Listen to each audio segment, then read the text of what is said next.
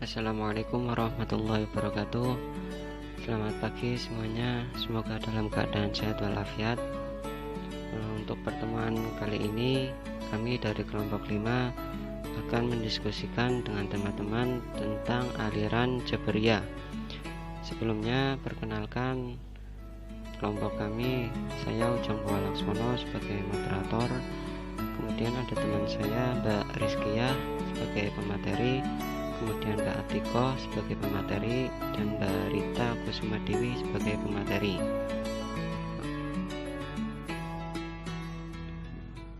Dalam kesempatan ini kami kelompok 5 mau mengajak teman-teman untuk mengetahui apa pengertian dari aliran Jabariyah, kemudian sejarah aliran Jabariyah, kemudian mengetahui tokoh dan doktrin seperti apa dari aliran Jabariyah, kemudian sekte-sekte dalam aliran Jabariyah, dan yang terakhir pokok pemikiran dari aliran Jabariyah.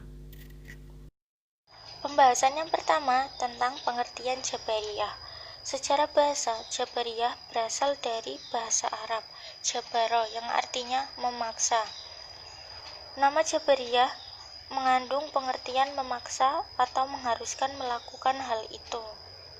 Menurut Al-Syahrastani, bahwa Jabariyah berarti menghilangkan perbuatan dari hamba secara hakikat dan menyerahkan perbuatan tersebut kepada Allah Subhanahu wa Ta'ala. Dalam bahasa Inggris disebut fatalism, yaitu paham yang menyatakan bahwa perbuatan manusia sudah ditentukan sejak semula oleh qada dan qadar. Maksudnya bahwa setiap perbuatan yang dikerjakan manusia tidak berdasarkan kehendak manusia itu sendiri, namun sudah ditentukan atau ditetapkan oleh Tuhan dan dengan kehendaknya. Paham Jabariyah berpendapat bahwa ketetapan Tuhan yang berlaku tidaklah memberi ruang atau kebebasan manusia untuk berkehendak dan berbuat menurut kehendaknya. Paham ini juga menganggap semua takdir itu dari Allah Subhanahu wa Ta'ala. Manusia tidak mempunyai kemampuan dan kebebasan untuk melakukan sesuatu atau meninggalkan suatu perbuatan. Aliran Jabariyah merupakan suatu kelompok yang mengerjakan sesuatu dengan terpaksa atau tidak mempunyai kemerdekaan untuk menentukan kehendak dan perbuatannya. Dalam Al-Quran, ada ayat-ayat yang menimbulkan paham ini.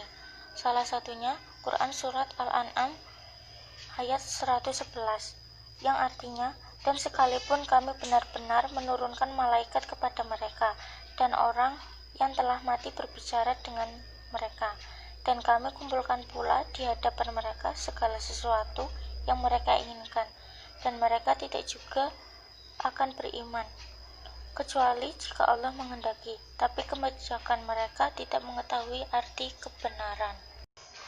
Yang kedua, sejarah aliran Jabariyah. Aliran Jabariyah lahir dari pembahasan perbuatan manusia.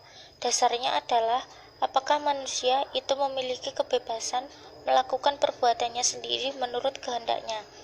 Paham Jabariyah pertama kali diperkenalkan Ja'ad bin Dirham, namun pada saat pertama kali diperkenalkan belum begitu berkembang. Kemudian Ja'am bin Sofyan mempelajari paham ini dengan Ja'ad bin Dirham, yang kemudian Ja'ad bin Sofyan mengembangkannya.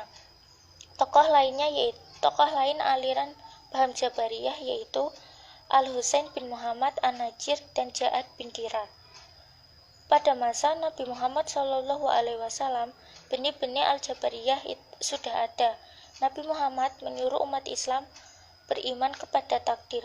Paham Jabariyah mencuat pada masa pemerintahan Bani Umayyah Abdullah bin Abbas. Beliau memberi reaksi keras kepada penduduk Syria yang diduga berpaham Jabariyah. Hal ini juga dilakukan oleh Hasan al-Basri kepada penduduk Basrah.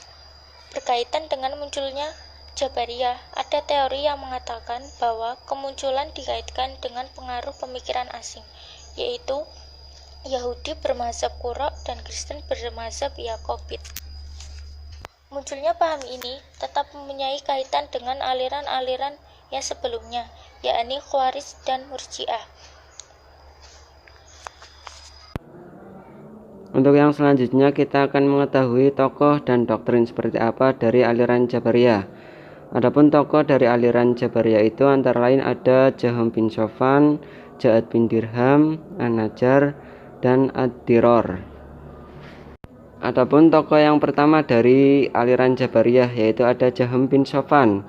Jahm bin Safwan ini merupakan tokoh yang paling terkenal di aliran Jabariyah karena beliau itu merupakan pelopor atau pendiri paham Jabariyah.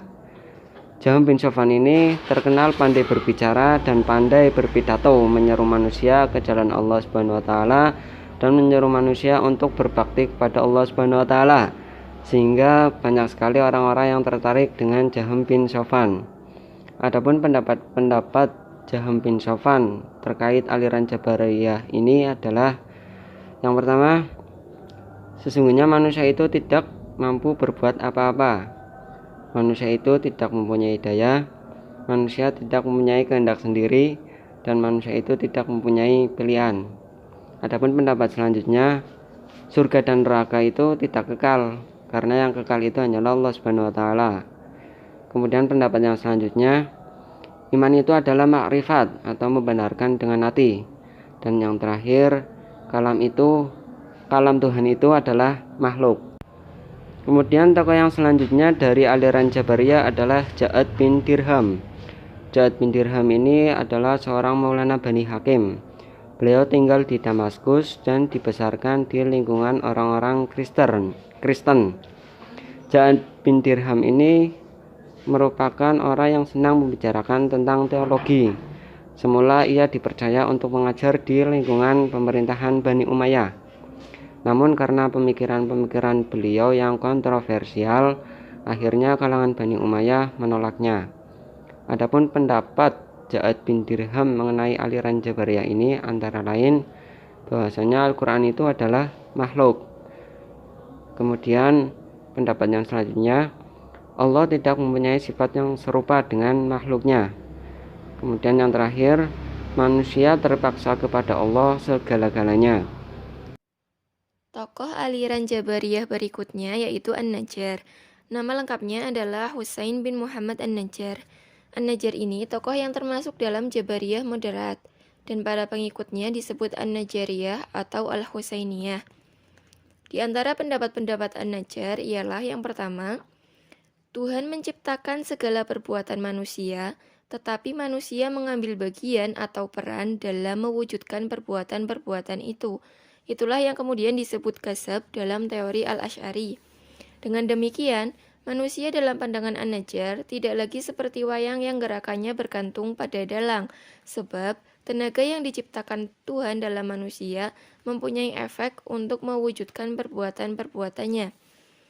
Kemudian pendapatnya yang kedua, Tuhan tidak dapat dilihat di akhirat, akan tetapi An-Najjar menyatakan bahwa Tuhan dapat memindahkan potensi hati atau makrifat pada mata sehingga manusia dapat melihat Tuhan. Selanjutnya yaitu Ad-Dihar. Nama lengkapnya adalah Dihar bin Amr. Pendapatnya tentang perbuatan manusia sama dengan Husain An-Najjar, yaitu bahwa manusia tidak hanya merupakan wayang yang digerakkan dalang. Manusia mempunyai bagian dalam perwujudan perbuatannya dan tidak semata-mata dipaksa dalam melakukan perbuatannya. Di sini, secara tegas Dihar mengatakan bahwa satu perbuatan dapat ditimbulkan oleh dua pelaku secara bersamaan. Artinya, perbuatan manusia tidak hanya ditimbulkan oleh Tuhan, tetapi juga oleh manusianya. Manusia turut berperan dalam mewujudkan perbuatan-perbuatannya.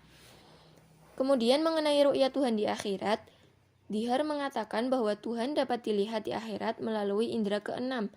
Ia juga berpendapat bahwa hujjah yang dapat diterima setelah Nabi adalah ijtihad. Hadis ahad tidak dapat dijadikan sumber dalam menetapkan hukum. Selanjutnya ada sekte-sekte aliran Jabariyah. Menurut Syahrastani, aliran Jabariyah dalam menganalisa perbuatan manusia terdapat dua pandangan, yaitu yang pertama ekstrim, Al-Jabariyah Al-Kholis diperkenalkan oleh Jam bin Safwan, Jabariyah yang tidak menetapkan perbuatan atau kekuasaan sedikitpun pada manusia. Yang kedua, Moderat Al-Jabariyah Al-Mutawasitah diperkenalkan oleh Husain ibnu Muhammad Al-Najjar dan Dirar ibnu Ammar. Jabariyah menetapkan adanya kudrat, tetapi kudrat ini tidak mempunyai efek atas perbuatannya. Selanjutnya ada pokok pemikiran Al-Jabariyah. Beberapa pokok pemikiran Al-Jabariyah antara lain: yang pertama, kedudukan akal rendah. Kedua, ketidakbiasaan manusia dalam kemauan dan perbuatan. Ketiga, kebebasan berpikir yang diikat oleh dogma. Keempat, ketidakpercayaan kepada sunatullah dan kausalitas. Kelima, terikat pada arti tekstul Al-Quran dan hadis. Yang keenam, statis dalam sikap dan perbuatan.